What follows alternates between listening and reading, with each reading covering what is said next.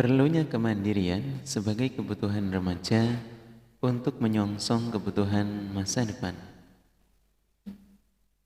Alhamdulillahilladzi adhaba 'anna al-hazan inna rabbana laghafurun syakur. Asyhadu an la ilaha illallah wa asyhadu anna Muhammadar Rasulullah sallallahu alaihi wasallam wa ala alihi wa ashabihi amma ba'd. Satu pendahuluan.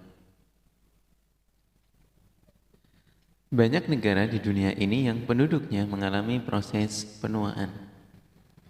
Sementara kelahiran generasi penerusnya tidak sebanding dengan proses penuaan yang terjadi dan yang meninggal dunia. Kondisi ini tidak hanya terjadi di negara barat saja, bahkan seperti Jepang, Korea, Taiwan, dan Singapura itu juga terjadi. Sementara negara seperti Indonesia justru terjadi pertumbuhan penduduk yang relatif tinggi. Apa artinya ini? Indonesia akan menjadi pasar yang menarik. Di samping faktor demografi tersebut, faktor geoekonomi juga berpengaruh penting. Pada akhir 2015 atau awal 2016, negara ASEAN sepakat untuk membentuk kawasan pasar besar ekonomi ASEAN yang berimplikasi lahirnya kebijakan Free Low Skill Work atau alur bebas pekerja ahli di anggota negara ASEAN yang merupakan suatu keadaan baru. Keadaan baru dimaksud adalah para tenaga ahli dengan suatu kriteria tertentu boleh atau bebas bekerja di negara ASEAN. Keadaan ini menjadikan para tenaga kerja ahli Indonesia akan bersaing dengan tenaga kerja ahli dari negara ASEAN di negeri Indonesia ini. Dengan mencermati kedua keadaan tersebut, maka perlu dipersiapkan generasi penerus ini agar nantinya mampu bersaing dalam kondisi seperti ini, karena di samping Indonesia menjadi pasar barang dan jasa, juga akan menjadi pasar tenaga kerja terampil.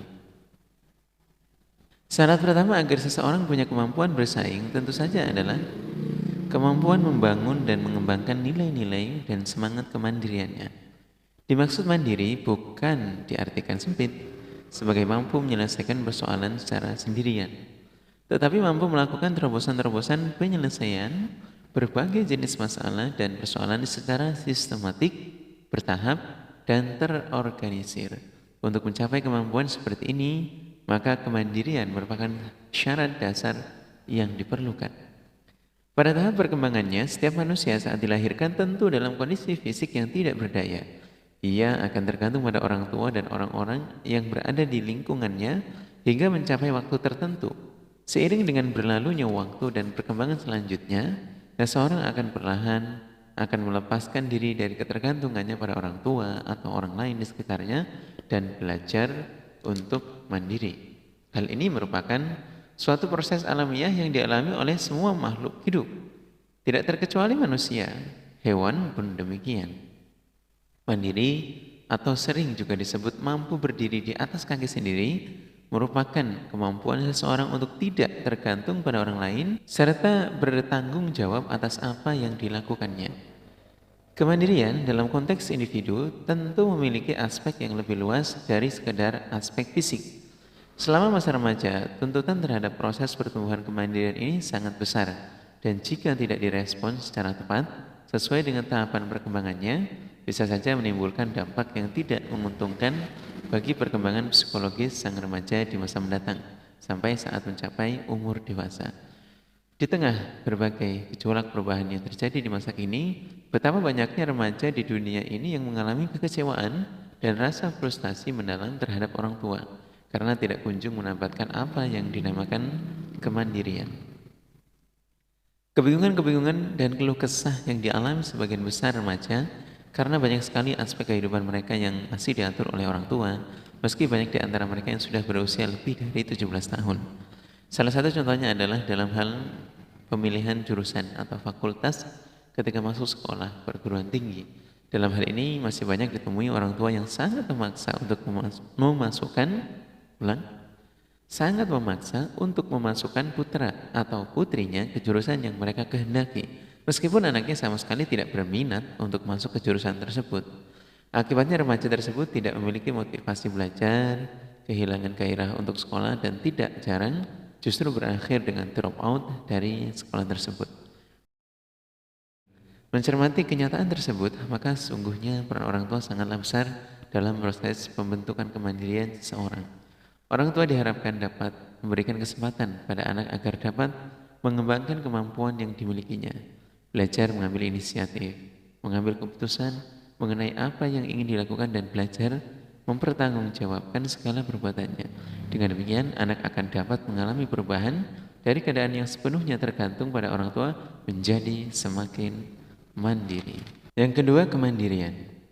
Apa yang dimaksud kemandirian?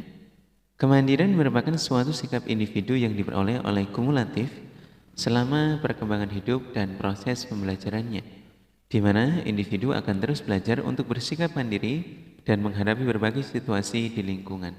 Sehingga individu pada akhirnya akan mampu berpikir dan bertindak sendiri dengan kemandiriannya. Seseorang dapat memilih jalan hidupnya untuk dapat berkembang dengan lebih mantap.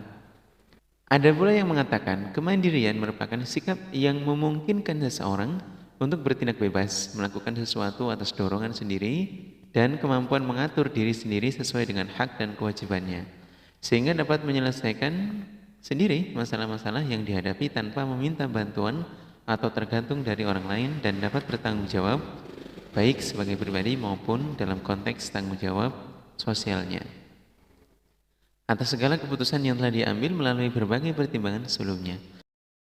Secara singkat, dapat disimpulkan bahwa kemandirian mengandung pengertian ada beberapa hal, ialah suatu keadaan di mana seseorang yang memiliki hasrat bersaing untuk maju demi kebaikan dirinya, kemudian mampu mengambil keputusan dan inisiatif untuk mengambil masalah yang dihadapi, kemudian memiliki kepercayaan diri dalam mengerjakan tugas-tugas yang diembannya, dan terakhir bertanggung jawab terhadap hasil dari apa yang dilakukannya. Lalu Robert Havigors 1972 menambahkan bahwa kemandirian terdiri dari beberapa aspek, yaitu ada 4 hal. Pertama, aspek emosi. Yang kedua, aspek ekonomi. Yang ketiga adalah aspek intelektual. Dan yang terakhir adalah aspek sosial, di mana emosi adalah kemampuan mengelola emosi atau EQ. Aspek ini ditunjukkan dengan kemampuan mengontrol emosi dan tidak tergantungnya kebutuhan emosi dari orang tua. Ekonomi ialah aspek ini ditunjukkan dengan kemampuan mengatur ekonomi dan tidak tergantungnya kebutuhan ekonomi pada orang lain termasuk orang tua. Intelektual adalah kemandirian berpikir. Aspek ini ditunjukkan dengan kemampuan untuk mengatasi berbagai masalah yang dihadapi dengan menggunakan kemampuan penalarannya.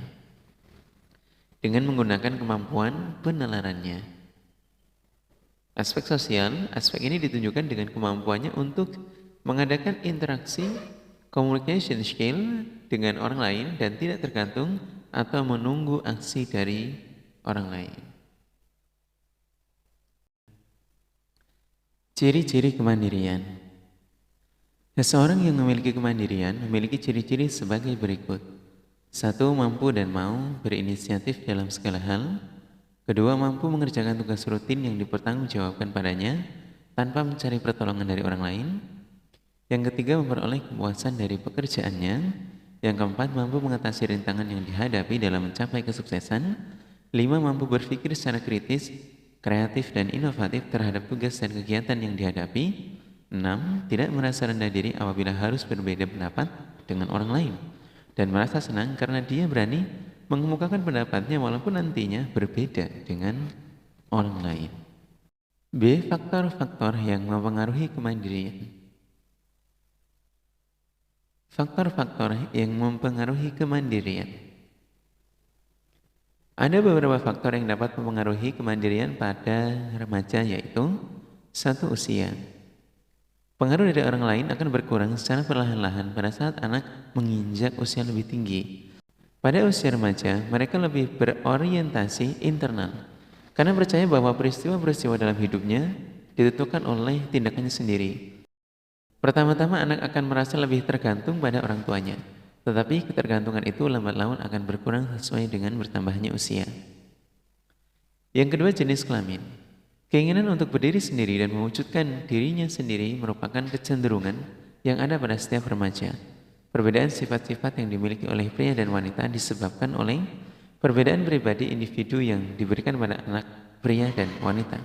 Perbedaan jasmani yang menyolok antara pria dan wanita secara psikis menyebabkan orang beranggapan bahwa ada perbedaan kemandirian antara pria dan wanita.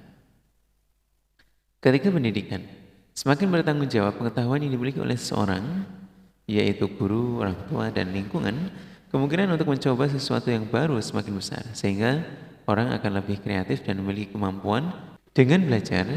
Seseorang dapat mewujudkan dirinya sendiri, sehingga orang memiliki keinginan sesuatu secara cepat, tepat, tanpa tergantung dengan orang lain. Keempat adalah keluarga. Orang tua mempunyai peranan yang sangat penting dalam meletakkan dasar-dasar kepribadian seorang anak. Demikian pula dalam pembentukan kemandirian pada diri seseorang. Yang kelima adalah konsep diri. Konsep diri adalah pemahaman tentang kemampuan diri sendiri. Konsep diri yang positif yang diambil, bagaimana individu tersebut memandang dan menilai keseluruhan dirinya atau menentukan sejauh mana pribadi individualnya.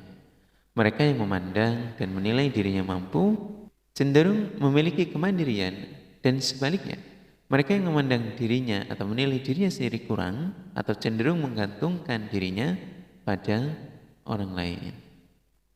Nomor 6, interaksi sosial. Kemampuan remaja dalam berinteraksi dengan lingkungan sosial serta mampu melakukan penyesuaian diri dengan baik akan mendukung perilaku remaja yang bertanggung jawab, mempunyai perasaan aman dan mampu menyelesaikan segala permasalahan yang dihadapi dengan baik. Tidak mudah menyerah, akan mendukung untuk berperilaku mandiri.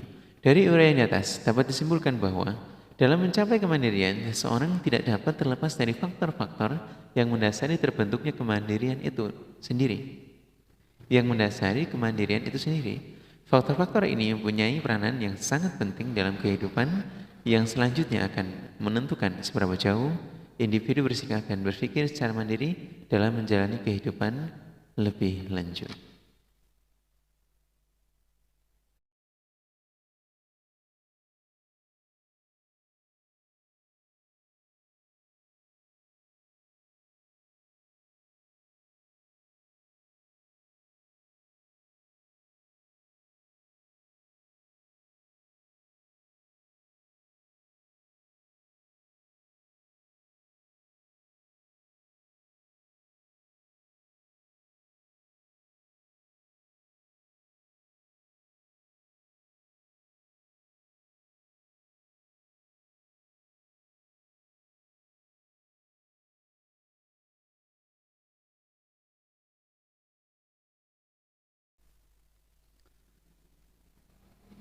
Tiga, peran orang tua dalam proses terbentuknya kemandirian.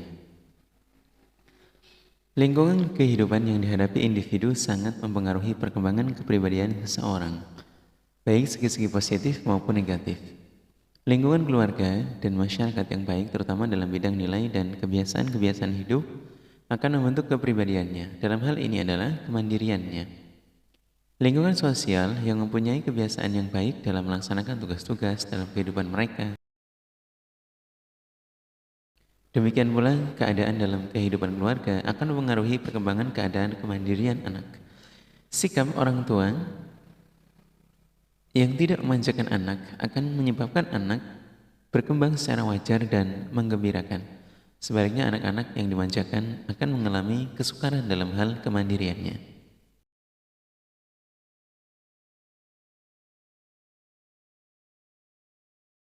Pola pendidikan yang baik yaitu selalu ditegakkan dengan prinsip-prinsip memberi atau reward, pengakuan dan memberi hukuman yang akan menyebabkan anak-anak dalam keluarga memiliki taraf kesadaran dan pengalaman nilai-nilai kehidupan yang lebih baik.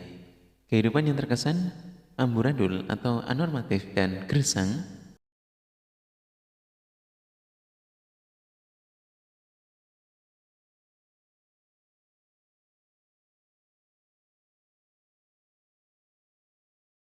dari keteladanan yang terpuji menyebabkan anak-anak dididik dan tumbuh dalam keluarga tersebut akan menunjukkan keadaan kepribadian yang kurang menggembirakan, bahkan melahirkan kepribadian yang tidak sempurna.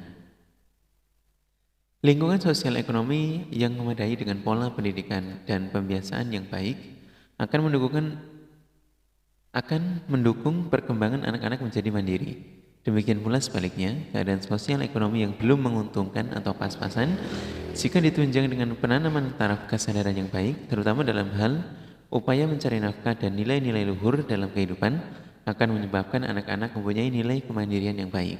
Sebaliknya, jika keadaan sosial ekonomi masih kurang menggembirakan, sedang kedua orang tua tidak menghiraukan pendidikan yang baik bagi anak-anaknya dan taraf keteladanan pun jauh dari taraf, maka bukan tidak mungkin anak-anak berkembang salah dan sangat merugikan masa depannya jika tidak tertolong dengan pendidikan lain selanjutnya.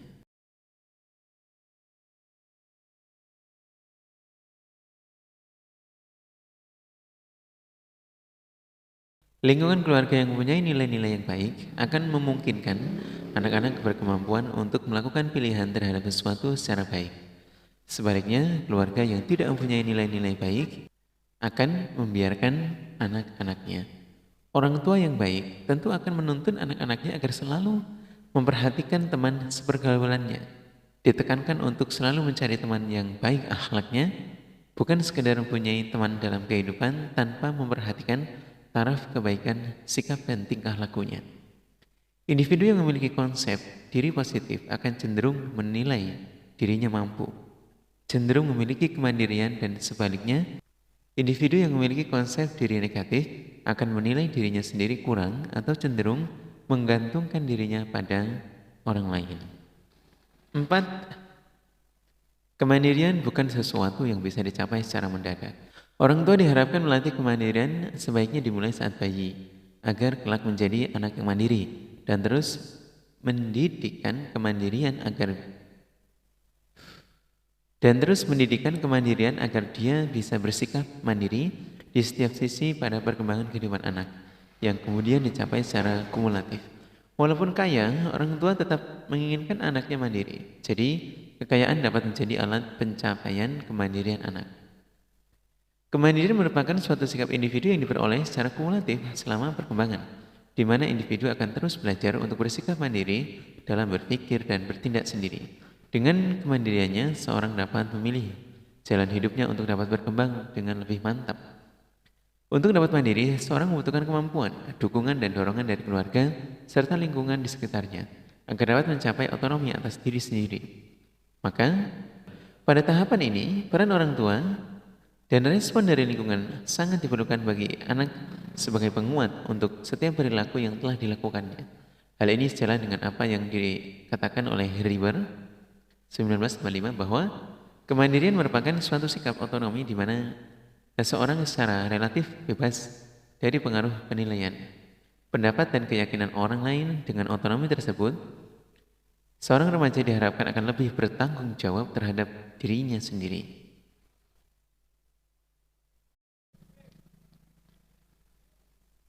A. Proses perkembangan kemandirian.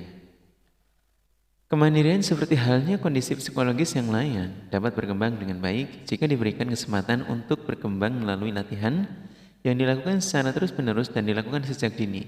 Latihan tersebut dapat berupa pemberian tugas-tugas tanpa bantuan, dan tentu saja tugas-tugas tersebut disesuaikan dengan usia dan kemampuan anak.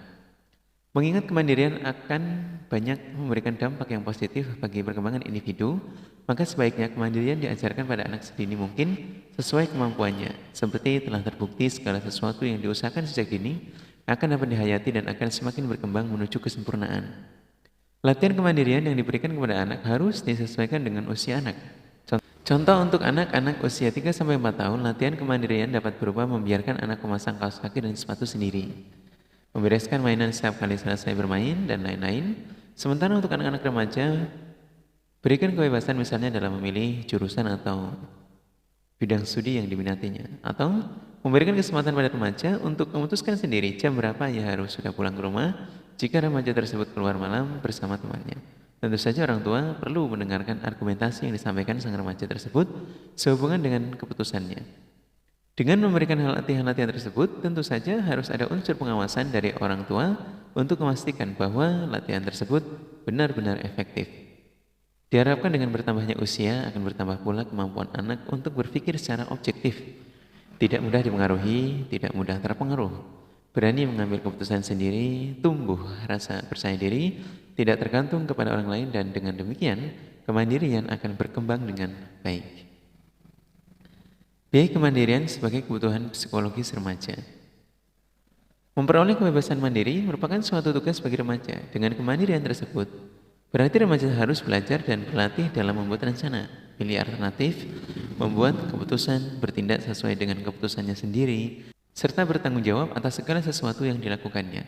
Dengan demikian, remaja akan berangsur-angsur melepaskan diri dari ketergantungan pada orang tua atau orang dewasa lainnya dalam banyak hal. Pendapat ini diperkuat oleh pendapat para ahli perkembangan yang menyatakan berbeda dengan kemandirian pada masa anak-anak yang lebih bersifat motorik, seperti berusaha makan sendiri, mandi, dan berpakaian sendiri. Pada masa remaja, kemandirian tersebut lebih bersifat psikologis, seperti membuat keputusan sendiri dan kebebasan berperilaku sesuai dengan keinginannya dalam batas norma-norma yang diperkenankan oleh agama dan budaya setempat. Dalam pencarian identitas diri, remaja cenderung untuk melepaskan diri sendiri sedikit demi sedikit dari ikatan psikis orang tuanya. Remaja mendambakan untuk diperlakukan dan dihargai sebagai orang dewasa. Hal ini dikemukakan oleh Erikson dalam Harlock 1992 yang menanamkan proses tersebut sebagai proses mencari identitas ego atau pencarian diri sendiri. Dalam proses ini, remaja ingin mengetahui peranan dan kedudukannya dalam lingkungan. Di samping itu, ingin tahu tentang dirinya sendiri. Proses mencapai kemandirian seorang remaja akan diperkuat melalui proses sosialisasi yang terjadi antara remaja dan teman sebaya. Harlock 1991 mengatakan bahwa melalui hubungan dengan teman sebaya, remaja belajar berpikir secara mandiri, mengambil keputusan sendiri, menerima bahkan dapat juga menolak pandangan dan nilai yang berasal dari keluarga, dan mempelajari pola perilaku yang diterima dalam kelompoknya.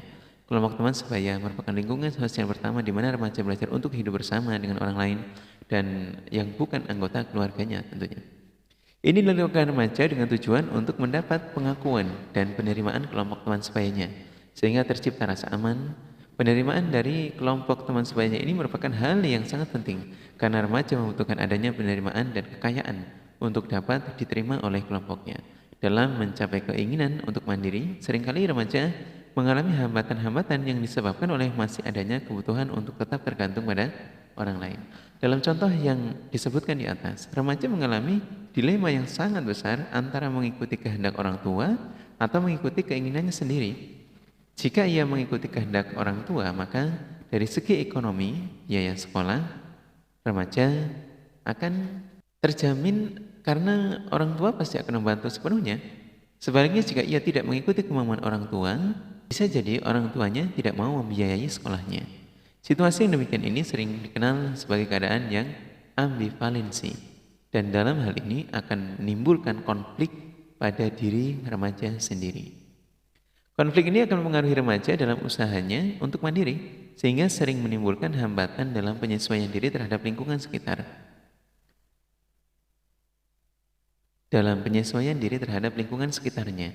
Bahkan dalam beberapa kasus tidak jarang remaja menjadi frustasi dan memendam kemarahan yang mendalam kepada orang tuanya atau orang lain di sekitarnya. Frustasi dan kemarahan tersebut seringkali diungkapkan dengan perilaku-perilaku yang tidak simpatik terhadap orang tua maupun orang lain dan dapat membahayakan diri sendiri dan orang lain di sekitarnya tentunya. Hal ini tentu saja akan sangat merugikan remaja tersebut karena menghambat tercapainya kedewasaan dan kematangan kehidupan psikologisnya. Oleh karena itu, pemahaman orang tua terhadap kebutuhan psikologis remaja untuk mandiri sangat diperlukan dalam upaya mendapatkan titik tengah penyelesaian konflik-konflik psikologis yang dihadapi remaja. C. Bagaimana orang tua menyikapi program kemandirian? Kemandirian pada anak berawal dari keluarga serta dipengaruhi oleh pola asuh orang tua di dalam keluarga. Orang tualah yang berperan dalam mengasuh, membimbing, dan membantu mengarahkan anaknya untuk menjadi mandiri. Mengingat masa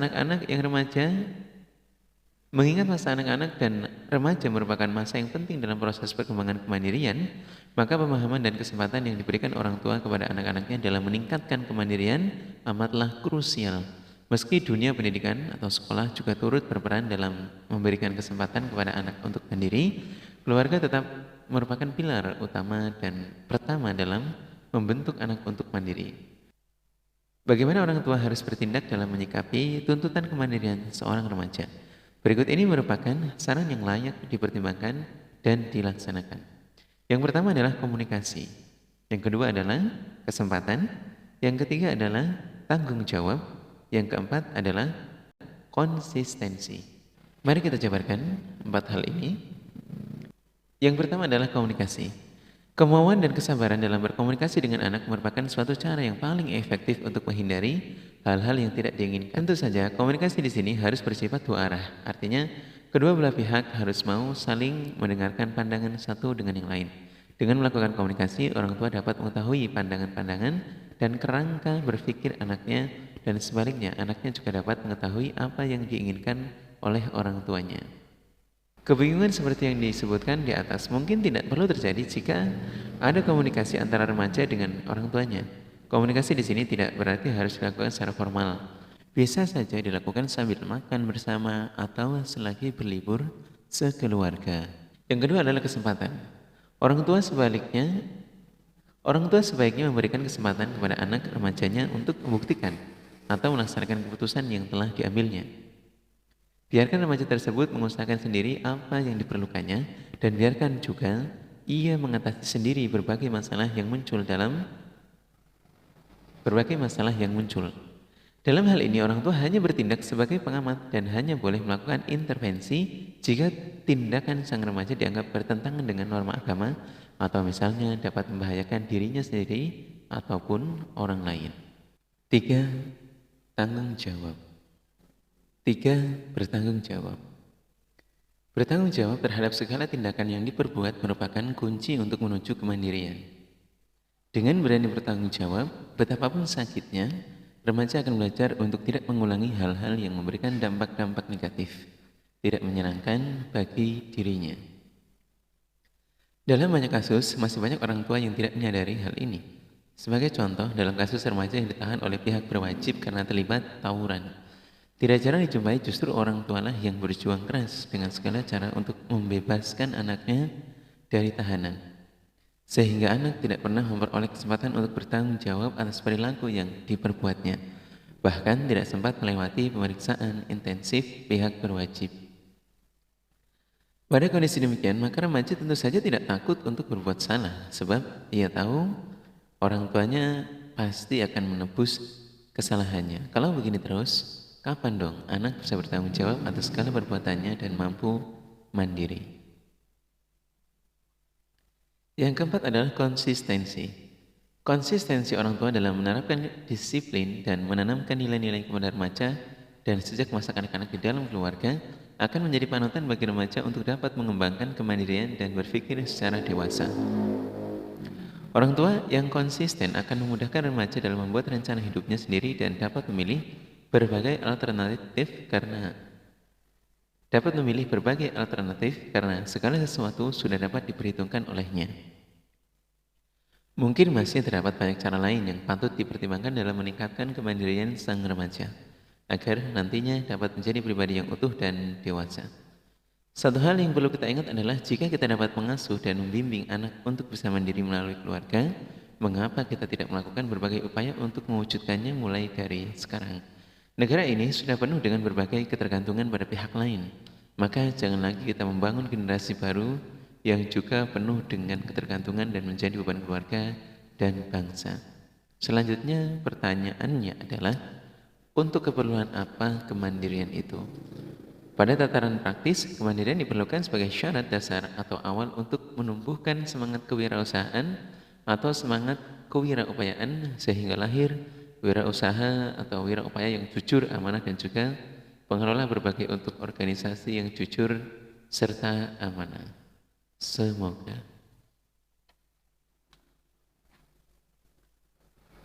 Romawi 4, wira upaya dan wira usaha. Dalam bahasa Inggris dikenal istilah entrepreneur dan entrepreneur. Apabila entrepreneur adalah pengusaha yang aktivitasnya adalah berusaha untuk melakukan terobosan agar selalu memperoleh peluang usaha sehingga usaha bisnis atau industrinya dapat berkembang dan berkelanjutan, maka entrepreneur adalah seorang yang bekerja pada orang lain atau sebuah lembaga dalam suatu kesatuan sistematik. Walaupun ia bukan seperti pemilik perusahaan, tapi perilaku dan cara berpikirnya mirip seperti wira usaha. Sense of belonging, rasa ikut memiliki. Terhadap tempat dia bergiat, diri sangat kuat. Inilah yang disebut sebagai wira upaya. Jelas, institusi, lembaga kemasyarakatan atau badan pemerintah tidak memerlukan pengusaha yang mengusahakan atau menduitkan lembaganya. Dia bukan pedagang yang berdagang demi kekayaan pribadi dari kekuasaan yang diberikan. Dia adalah wira upayawan, yaitu seorang yang mengupayakan kesejahteraan umum, mendorong kemajuan umum, melakukan terobosan-terobosan untuk mengatasi persoalan orang banyak. Seorang wiraupayawan dapat berasal dari karyawan biasa, karir, mantan atau seorang guru atau dosen, bisa juga dari kaum ustadz atau ulama, politis, birokrat atau apa saja. Yang jelas dia seorang change maker atau pembuat perubahan. Dalam konteks positif, yang membedakan mereka dengan teman-temannya adalah pada jendela yang dia miliki. Sebab, seperti kata Khalil Gibran, kita semua pada dasarnya adalah terbelenggu, menjadi narapidana yang mendiami aneka sel. Yang membedakan, sebagian kita berada pada sel berjendela dan sebagian kita lagi tak berjendela. Wiraupayawan membuat jendela dan memandang jauh keluar jendela. Dia berpikir dan bergerak melihat indahnya dunia dan menjelajah semesta serta selalu berupaya memperbaharui dunia dengan rujukan atau referensi yang jelas. Contoh wiraupaya Ki Hajar Dewantara yang bergerak dalam upaya mencerdaskan bangsa Indonesia, serta banyak para tokoh masyarakat lainnya yang umumnya berpredikat panutan karena gagasannya dalam keberhasilan mewujudkan gagasan-gagasannya. Demikian pula untuk menjadi seorang wirausahawan atau entrepreneur, menjadi seorang entrepreneur memerlukan usaha yang keras dan konsisten. Bukan suatu proses yang mudah, tetapi juga bukan suatu proses yang mustahil. Banyak yang sukses, ada pula yang gagal. Menurut Direktur Mikro dan Retail Banking Mandiri, Budi K. Sadikin, menjadi pengusaha sukses dimulai dari ambisi yang besar. Pasanglah cita-citamu menjadi pengusaha yang berhasil. Katanya dalam workshop wirausaha muda mandiri di Trans Hotel Bandung. Kemudian katanya, menjadi pengusaha itu tidak dengan cepat menjadi sukses. Semua dibangun dengan kerja keras dan tidak putus asa. Mana ada pengusaha yang langsung sukses? Semua dibangun dengan kerja keras, jelasnya. Para wirausaha, ungkap Budi, juga harus rajin dan senang dengan apa yang diusahakannya.